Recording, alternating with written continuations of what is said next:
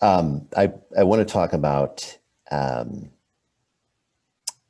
thing that's nearest and dearest to my heart of late, which is Bitcoin and the crypto universe.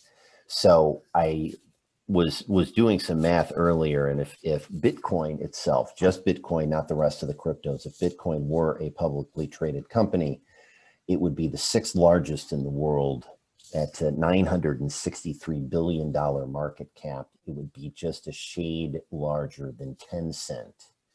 So given the size of Bitcoin and the fact that folks like Elon Musk are now disclosing, hey, we bought a bunch of the stuff, and you have the companies that are putting amounts in their balance sheet of Bitcoin. What's your talk on whether or not it's, I guess, here to stay, and whether or not it's worthy of its status as a true investment vehicle, or if it's just digital funny money? Well, you said two things. Trading vehicle, it's certainly a worthy trading vehicle. I wish I'd bought some and traded. I know people who are making a lot of money, and they have been quite successful. So as a trading vehicle, it's there and it's successful. And why not? If that's what it's going to be, and if people are willing to buy it and sell it, sure. But then you also called it money.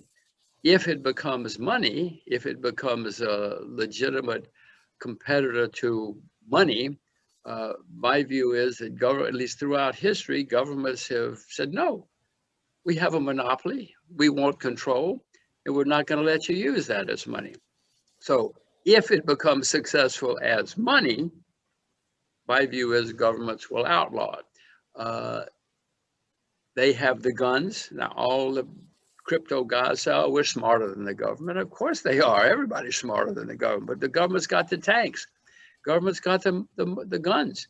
You know, in the 30s, they did the same thing happen. They outlawed anything for money except Bank of England money. It made it an act of treason.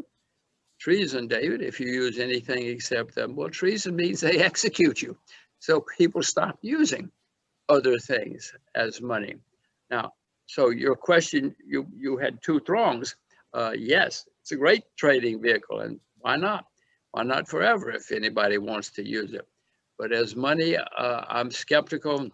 And also the practicalities of money, of course, is, you know, some governments have already outlawed it, but more than that, you know, if, for instance, in Myanmar, which is a country with tens of millions of people, they close the internet.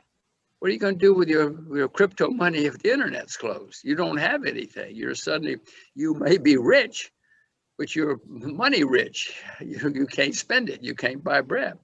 Or if the electricity goes down, as happened in Texas now, what do you do then? If the computer goes down in any way. So it's got flaws, as you know, probably obviously better than most of us. Many cryptocurrencies have already disappeared and gone to zero. There were thousands of these at one time. Most have gone. That does not mean that you can't have a great trading vehicle, but as money, I'm skeptical.